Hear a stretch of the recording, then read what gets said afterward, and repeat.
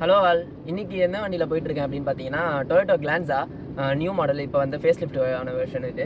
ஆக்சுவலாக இந்த வண்டி பார்த்தீங்கன்னா நம்ம மாருதியில் வந்து பலினோவும் அதுக்கப்புறம் ஃப்ராங்ஸும் வந்து ஃப்ராங்ஸ் லான்ச் ஆகும்போது எஸ்பெஷலி என்ன சொன்னாங்கன்னா பலினோட சேல்ஸ் எல்லாத்தையுமே ஃப்ராங்ஸ் எடுத்துக்கும் அப்படின்னு சொன்னாங்க.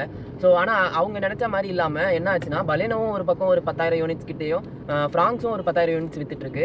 இந்த பக்கம் டொயோட்டோவில் பார்த்தீங்கன்னா கிளான்ஸா ரீபேட்ச் ஆகி இதுவும் ஒரு பக்கம் நல்லாவே சேல்ஸ் ஆகிட்டு இருக்குன்னு சொல்லலாம். இது ஏன் அப்படி சேல்ஸ் ஆகுது? ஏன்னா நம்ம பலினோ புதுசாக லான்ச் ஆகும்போது அந்த ஃபர்ஸ்ட் ஜென் பலினோ வந்து அதாவது அந்த ஹேட்ச்பேக் வெர்ஷன் நான் கூட என்ன நினச்சேன்னா செடான் இருக்கும்போது எப்பவுமே இந்த மாதிரி திருப்பி ஒரு நேம் வருது அப்படின்னா முக்கியமாக அது செடானாக இருந்துச்சு, இது ஹேட்ச்பேக்காக வருது. ஸோ பெருசாக வந்து எதுவும் ரீச் ஆகாது கண்டிப்பாக.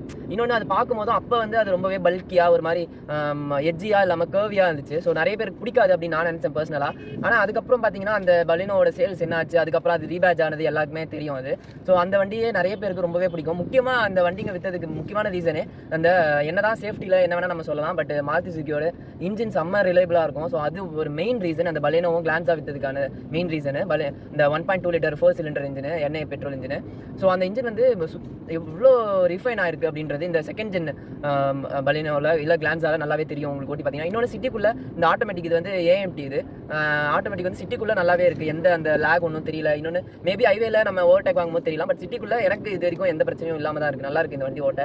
இன்னொன்று இந்த வண்டி கொடுக்குற அந்த என்னதான் அந்த குவாலிட்டி பிளாஸ்டிக் குவாலிட்டி எல்லாமே ஓரளவுக்கு ஓகேவா இருந்தாலும் இது கொடுக்குற இந்த ஃபீச்சர்ஸ் இது எல்லாமே எல்லாருக்குமே சஃபிஷியண்டாக இருக்குது. அதாவது ஓவர் த டாப்பாக இல்லாமல் சஃபிஷியண்டாக இருக்குது. எல்லா ஃபீச்சர்ஸுமே நம்மளுக்கு என்னென்ன தேவை பேசிக்கான ஃபீச்சர்ஸ் எல்லாமே கரெக்டாக இருக்குது. ஸோ இப்போ பார்த்தீங்கன்னா இதில் ஹெட்ஸ்அப் டிஸ்பிளே இருக்குது, அங்கே ஹெட்ஸ்அப் டிஸ்பிளே, அதுக்கப்புறமா வந்து இந்த இன்ஃபர்டைன்மெண்ட் சிஸ்டம் இது எல்லாமே நல்லா இருக்குது இந்த வண்டியில். இந்த பிளாஸ்டிக் குவாலிட்டி தான் கொஞ்சம் ஒரு மாதிரி இருந்தாலும் ஒரு மாதிரி ரொம்ப ஹார்டான பிளாஸ்டிக்காக இருக்குது. பட் மற்றபடி இந்த வண்டியில் எல்லாமே பக்காவாக இருக்குது. நீங்கள் யாராச்சும் கிளான்ஸா வாங்க போகிறீங்க இல்லை வச்சிருக்கீங்க கிளான்ஸா பலினோ அப்படின்னா கீழே கமெண்ட்ஸில் சொல்லுங்கள். இன்னொன்று இந்த வண்டி வந்து நிறைய இடத்துல பார்த்தீங்கன்னா இப்போ இந்த செகண்ட் ஜென் பலினோ அந்த லான்ச் ஆகும்போது ஹேட்ச்பேக்காக நான் சொல்கிறது ஃபர்ஸ்ட் ஜென்னை விட செகண்ட் ஜென் நல்லாவே சேஃப்டியில் இம்ப்ரூவ் ஆயிருக்கு. 4 ஸ்டார் வாங்குறதுக்கான மேபி அது 4 ஸ்டார் வாங்குற அளவுக்கு இந்த சேசியும் இந்த ஸ்ட்ரக்சரும் இருக்குன்னு நம்ம சொல்லலாம். ஏன்னா ஃபர்ஸ்ட் ஜென் ரொம்பவே மோசமாக இருந்துச்சு, அது எல்லாருக்குமே தெரியும்.